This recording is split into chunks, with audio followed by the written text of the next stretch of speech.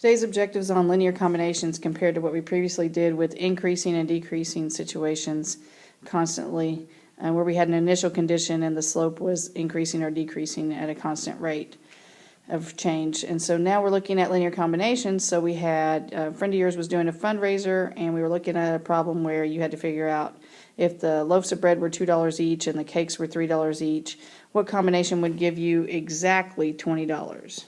Not less than $20, not more than $20, but exactly equal to $20. And so you shared your combinations that you came up with, and there's 4 different combinations. And how are those combinations going to be related to the graph? And so the students came up with it was the points on the graph. And so yeah, it does represent the x and y coordinates, and you could have had it the other way around. I asked anybody if they had an equation for the linear combination that I asked them to find, and no one came up with the equation. They just listed the combinations. And so we started plotting points, and so we had 10, 0. We had the point 7, 2.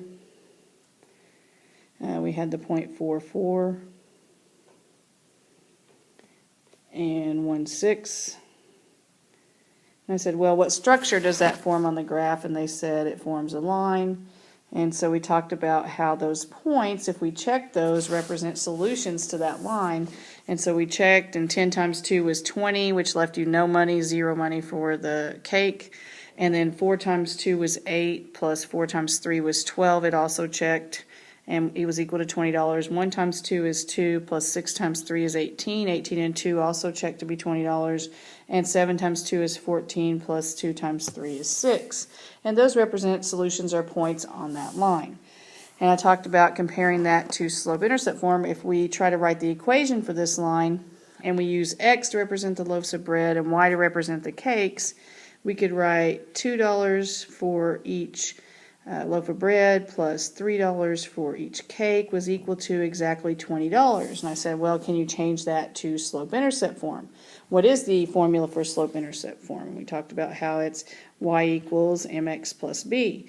So if you follow along that formula and you try to get y by itself, we need to move the x term over, so we're going to subtract 2x.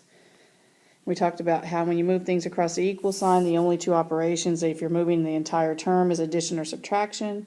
And then you would have 3y on the left equals negative 2x, the x term and the constant you can't combine. So you're going to write those. You need the x term by the equal sign, so you'd have negative 2x plus 20. And then you're going to divide all terms by 3.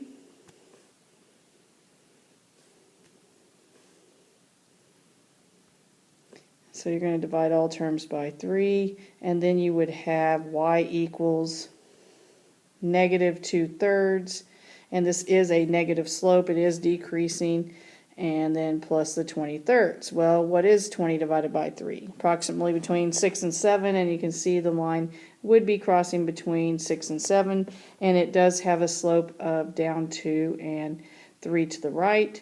If we draw the slope triangle, so it is the exact same line in slope-intercept form.